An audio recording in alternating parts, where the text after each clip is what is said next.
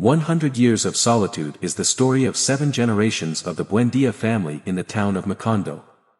The founding patriarch of Macondo, Jose Arcadio Buendia, and Ursula Iguaran, his wife and first cousin, leave their hometown in Riohacha, Colombia, after Jose Arcadio kills Prudencio Aguilar after a cockfight for suggesting Jose Arcadio was impotent. One night of their emigration journey, while camping on a riverbank, Jose Arcadio dreams of Macondo, a city of mirrors that reflected the world in and about it. Upon awakening, he decides to establish Macondo at the riverside. After days of wandering the jungle, his founding of Macondo is utopic. Jose Arcadio Buendia believes Macondo to be surrounded by water, and from that island, he invents the world according to his perceptions. Soon after its foundation, Macondo becomes a town frequented by unusual and extraordinary events that involve the generations of the Buendia family, who are unable or unwilling to escape their periodic misfortunes. For years the town is solitary and unconnected to the outside world, with the exception of the annual visit of a band of gypsies, who show the townspeople scientific discoveries such as magnets, telescopes, and ice. The leader of the gypsies, a man named Melquiades, maintains a close friendship with Jose Arcadio, who becomes increasingly withdrawn, obsessed with investigating the mysteries of the universe presented to him by the gypsies.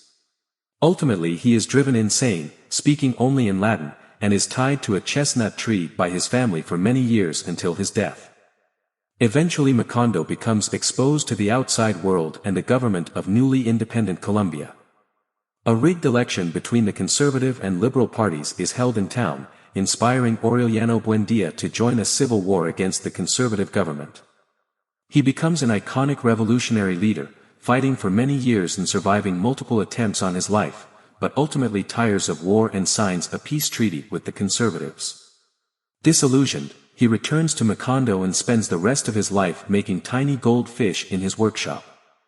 The railroad comes to Macondo, bringing in new technology and many foreign settlers. An American fruit company establishes a banana plantation outside the town, and builds its own segregated village across the river.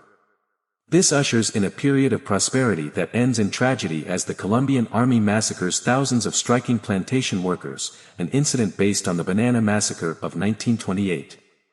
Jose Arcadio II, the only survivor of the massacre, finds no evidence of the massacre, and the surviving townspeople deny or refuse to believe it happened.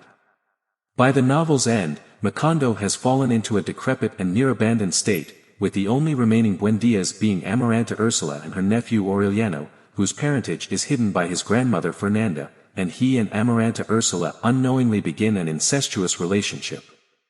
They have a child who bears the tail of a pig, fulfilling the lifelong fear of the long-dead matriarch Ursula. Amaranta Ursula dies in childbirth and the child is devoured by ants, leaving Aureliano as the last member of the family. He decodes an encryption Melquiades had left behind in a manuscript generations ago. The secret message informs the recipient of every fortune and misfortune that the Buendia family's generations lived through. As Aureliano reads the manuscript, he feels a windstorm starting around him, and he reads in the document that the Buendia family is doomed to be wiped from the face of the earth because of it. In the last sentence of the book, the narrator describes Aureliano reading this last line just as the entire town of Macondo is scoured from existence.